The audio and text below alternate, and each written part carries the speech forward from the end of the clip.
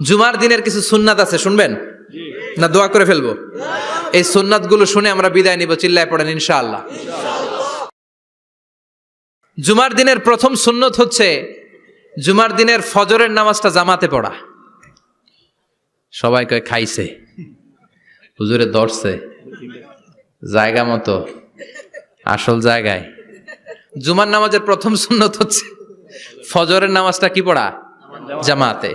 আফদালুস সালাওয়াত ইনদাল্লাহি সালাতুল ফাজরি ফি ইয়াউমিল জুমআতি ফি জামাআহ। বিশ্বনবী বললেন জুমার নামাজের 15টা সুন্নত মুখস্থ রাখতে হবে। 1 নাম্বার সুন্নত ফজরের সালাত জামাতে পড়তে হবে। 2 নামাজ মুনাফিকদের কাছে সবচেয়ে কঠিন, একটা হচ্ছে ফজরের নামাজ আর একটা এশার নামাজ। এক আলেমকে জিজ্ঞেস করা হলো ফজরের বাতাসটা এত ঠান্ডা আর স্নিগ্ধ কেন? আলেম উত্তর দিয়েছিল, কারণ ফজরের বাতাসে মুনাফিকদের নাকের দুর্গন্ধ মিশে না। ফজরের বাতাসটা স্নিগ্ধ, ফজরের সময় আল্লাহওয়ালাদের আনাগোনা, মুসল্লিদের আনাগোনা, ইসলামের পক্ষের শক্তির আনাগোনা। চিল্লায় বলেন ঠিক কিনা? মসজিদে নববীতে জুমার নামাজের দৃশ্য আর ফজরের নামাজের দৃশ্য ছিল এক। বাংলাদেশে ফজরের নামাজের দৃশ্য আর জুমার নামাজের দৃশ্য এক নাকি? ফজরের নামাজের সময় মুসল্লি নাই, এক কাতারও হয় না। আর জুমার নামাজে পাক্কা মুসল্লি দেরি করে গেলে বারান্দায়ও জায়গা পায় না। কথা কন? তাহলে ফজরের নামাজটা আমরা জামাতে পড়বো ইনশাআল্লাহ। ইনশাআল্লাহ এত আসতে ইনশাআল্লাহ, আরো জোরে পড়েন ইনশাআল্লাহ। মনে থাকবে? 2 নাম্বার সুন্নাহ হচ্ছে আসওয়াক, মেসওয়াক করা। মাথরাতুন লিল ফাম মারদাতুন লির রব। মেসওয়াক করলে দাঁত পরিষ্কার থাকে, আল্লাহ খুশি হয়ে যায়। বিশ্বনবী বলেছেন, যদি আমার উম্মতের জন্য কষ্ট না হতো প্রত্যেক নামাজের আগে মেসওয়াক করা আমি ফরজ করে দিতাম। সুবহানাল্লাহ। মেসওয়াক ছিল বিশ্বনবীর জীবনের শেষ আমল। এই মেসওয়াক করে বিশ্বনবী শেষ নিঃশ্বাস ত্যাগ করেছেন। আপনার নবী, আমার নবী, ওনার জীবনের সর্বশেষ আমল ছিল কি? মেসওয়াক। সুবহানাল্লাহ কইবেন না? বিশ্বনবী জাইতুনের ডাল দিয়ে মেসওয়াক করতেন। বিশ্বনবী বলতেন, নি'মা সিওয়াকিয়া জাইতুন ফাইন্নাহু সিওয়াকি ওয়া সিওয়াকুল আমবিয়া মিন ক্বাবলি। জাইতুনের ডালের মেসওয়াক কতই না ভালো, কারণ এটা দিয়ে আমিও মেসওয়াক করি, আমার আগে সব নবীরাই জাইতুনের ডাল দিয়ে মেসওয়াক করেছে। সুবহানাল্লাহ। 3 নাম্বার হচ্ছে দুহুন, তেল মালিশ করবেন। বিশ্বনবী জাইতুনের তেল চুলে আর গায়ে দিতেন। বিশ্বনবী বলতেন, ওয়াদ্দাহিনু ফাইন্না ফিত তাদহিনে বারাকাত। তেল খাও, তেল দাও, তেল মালিশ করো, তেলের ভেতরে আল্লাহ বরকত ঢুকাইয়া দিছে। তেল দিবেন তো? 4 নম্বরে আত্তিব, জুমার দিনে সুগন্ধি লাগিয়ে যাওয়া সুন্নাত। লাগাবেন? লাগাতে রাজি আছেন? বিশ্বনবী বলতেন, এই দুনিয়ার 3টা জিনিস আমার কাছে সবচাইতে প্রিয়। হুব্বিবা ইলাইয়া মিন দুনিয়াকুম সালাস। 1 হচ্ছে আন-নিসা, নারীদেরকে আমি পছন্দ করি। 2 হচ্ছে আত্তিব, সুগন্ধি লাগাতে আমি পছন্দ করি। বিশ্বনবীরে কেউ সুগন্ধি হাদিয়া দিছে, বিশ্বনবী নেয় নাই, এরকম কোন ঘটনা ঘটে নাই। আল্লাহু আকবার। কুররাতু আইনি ফিস সালাহ। নামাজের মধ্যে যখন আমি দাঁড়িয়ে যাই আমার চক্ষুটারে ঠান্ডা করে দেয় কে? আবার বিশ্বনবী বলতেন, আরবাউন মিন সুনানিল মুরসালিন। 4টা সুন্নাত সব নবীদের সুন্নাত। 1 নম্বরে আল হায়া, মানে লজ্জা। আরেক বর্ণনা এসেছে আল খিতান, মানে সুন্নাতে খাতনা, এটা সব নবীদের ছিল। আর সেওয়াক, সব নবীরা মেসওয়াক করেছেন। আত্তিব, সব নবীরা আতর লাগিয়েছেন। আর নিকাহ, সব নবীরা বিয়েও করেছেন। চিল্লায় পড়েন আল্লাহু আকবার। আর লিবাস আহসানা সিয়াব, সুন্দর জামা পরা। নট নেসেসারি যে নতুন জামা হতে হবে, পুরাতন জামাও ধুয়ে আয়রন করে পরলে একটা সৌন্দর্য আছে না নাই? ইন্নাল্লাহা জামিল ওয়া ইউহিব্বুল জামাল। আল্লাহ নিজে সুন্দর, সৌন্দর্যকে আল্লাহ পছন্দ করেন। পৃথিবীতে সবচেয়ে সুন্দর কে? পৃথিবী সুন্দর, মানুষ সুন্দর, আসমান সুন্দর, জমিন সুন্দর, সুন্দরে সুন্দরে পাল্লা। জানি না কত সুন্দর তুমি আল্লাহ, জানি না কত সুন্দর তুমি আল্লাহ। সুবহানাল্লাহ পড়েন। ইন্নাল্লাহা ইউহিব্বু আইয়ারা আসারা নি'মাতিহি আলা আবদি। আল্লাহ তার বান্দার উপর তার নেয়ামতের ছিটে ফোঁটা দেখতে চান। আপনি যদি ধনী হন, দামি জামা পরবেন, সুন্দর জামা পরবেন। অনেকে আছে অনেক ধনী, কিপটুসের মতো সিরা জামা পরে, আছে না নাই? আপনি ধনী মানুষ, আপনি সিরা জামা পরছেন কেন? আপনার যে সম্পদ আছে এটার বহিঃপ্রকাশ আল্লাহ দেখতে পছন্দ করে। আপনাকে যে আল্লাহ কি নাজ নেয়ামত দিয়েছে, অহংকার ছাড়া স্বাভাবিক বহিঃপ্রকাশটা আল্লাহ দেখতে পছন্দ করে। কোন সুবহানাল্লাহ। এরপরে ইকসারুস সালাহ আলান নবী, বিশ্বনবীর উপর বেশি বেশি দুরূদ পড়া। বিশ্বনবী বলতেন জুমার দিন শ্রেষ্ঠ দিন, এই দিন আমার উপরে বেশি বেশি দুরূদ পড়ো। ফাইন্না সালাতাকুম মা'রুদাতুন আলাইয়া, কেননা তোমরা যে আমার উপরে দুরূদ পড়ো, আমি মরে যাওয়ার পরে এই দুরূদগুলো কে পাঠিয়েছে তার নাম, তার বাবার নাম সহ ফেরেশতারা আমার কবরে দিয়ে আসে। সুবহানাল্লাহ।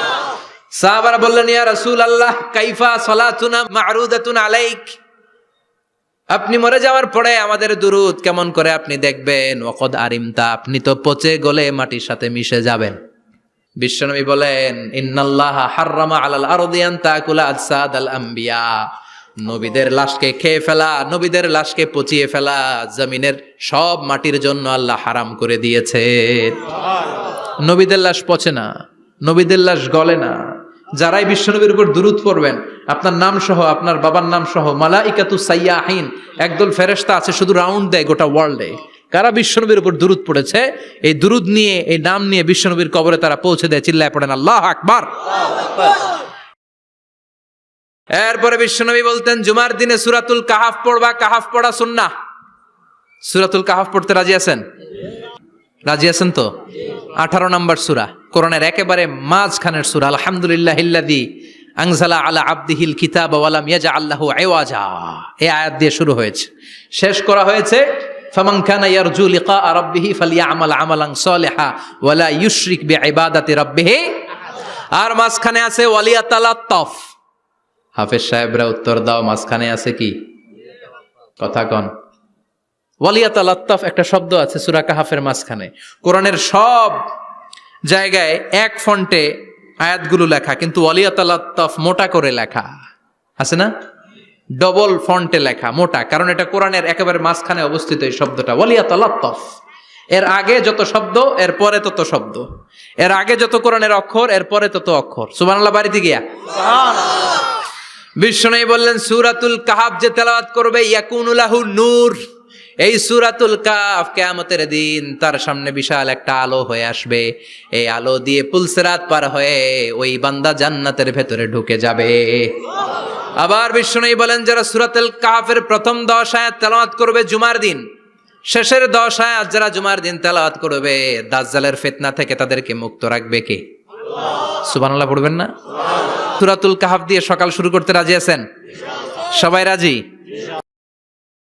এরপর আত-তাবকির ইলাল মসজিদ, মসজিদে আগে আগে যাওয়া সুন্নত। আগে যিনি যাবে উনি কি পাবে? তারপরে গরু, তারপরে বকরি, তারপরে মুরগি, মুরগির পরে ডিম না আন্ডা? আন্ডা। আল মাশিউ আলাল ইকদাম, বিশ্বনবী বললেন হেঁটে হেঁটে জুমার নামাজে যাওয়া সুন্নাহ। রিকশা, হুন্ডা, সাইকেল, সিএনজি দিয়ে গেলেও হবে, কিন্তু হেঁটে হেঁটে গেলে সওয়াব বেশি না কম? প্রতি কদমে কদমে আমলনামায় সওয়াব দিয়ে দিবে কে? আল্লাহ। এরপরে বিশ্বনবী বললেন আদামু তাখাত্তি রিকাবান নাস, মানুষের ঘাড় ডিঙ্গিয়ে সামনে না যাওয়া সুন্নাহ। অনেকে জুমার দিন আসে সবার শেষে বসতে চায় সামনে, এরকম ডাকাইত আছে না নাই? বিশ্বনবী জুমার খুতবা দিচ্ছেন, হঠাৎ এক সাহাবী সব সাহাবীর ঘাড় ডিঙ্গিয়ে ডিঙ্গিয়ে সামনে আসতেছে বুলেটের মতো।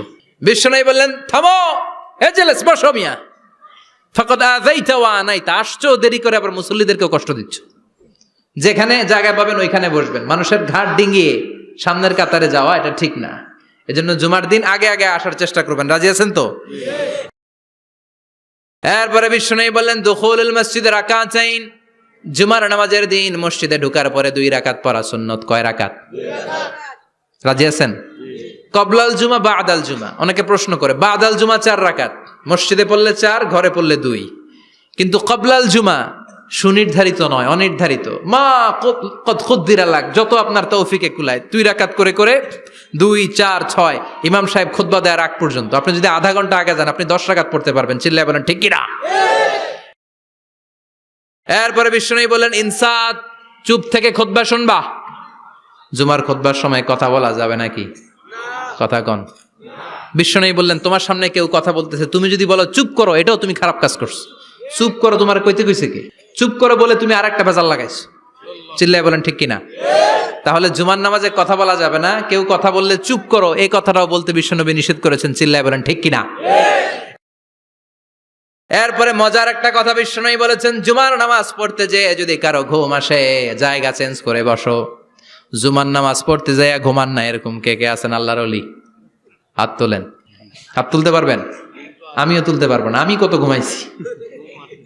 জুমার খুতবা শুনতে গেলে ঘুমাস, কারণ রহমত নাজিল করে কে? পুরো মসজিদের ডানে বায়ে রহমতে ঠাসা, খালি ঘুম আর ঘুম। আছে না নাই? ঘুম আসলে কি করবেন?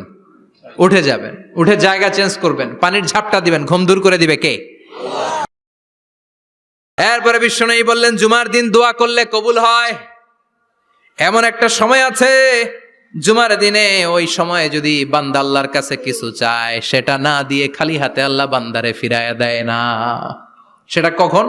অনেক ইখতিলাফ আছে, বেশিরভাগ মুহাদ্দিসিন বলেছেন জুমার দিন আসরের নামাজের পর থেকে মাগরিবের আগ পর্যন্ত, বিশেষ করে মাগরিবের আগের আধা ঘন্টা, এই সময় আল্লাহর কাছে বান্দা যদি কিছু চায়, এই দোয়া আল্লাহ ফিরিয়ে দেয় না। এই 15টা সুন্নাত আমল করা যাবে তো? সবাই রাজি? জুমার খুতবা মনোযোগ দিয়ে শুনবো তো? আগে আগে আসবো তো? দোকানপাট বন্ধ করে জুমার নামাজের ভাবমূর্তি রক্ষা করবো তো? খতিব সাহেব যারা আছেন, জুমার আলোচনাটাকে আরো কনস্ট্রাকটিভ ওয়েতে নেন। সব বন্ধ হবে, জুমা বন্ধ হবে। তাফসির মাহফিলে 144 ধারা আছে না নাই? জুমার মাহফিলে আছে? জুমার দিন 144 জারি করছে ওই মসজিদের জুমায়, কোনদিন শুনছেন? এর জন্য জুমাটাকে আমাদেরকে কাজে লাগাতে হবে। আল্লাহ তুমি তৌফিক দাও। আরো জোরে পড়েন আমিন। সুবহানাকাল্লাহুম্মা বিহামদিকা আশহাদু আল্লা ইলাহা ইল্লা আনতা আস্তাগফিরুকা ওয়া আতুবু ইলাইক। নিয়মিত ইউটিউব ভিডিও দেখতে সাবস্ক্রাইব করুন। নতুন নতুন ভিডিও পেতে ঘন্টা বাটনটি চাপুন।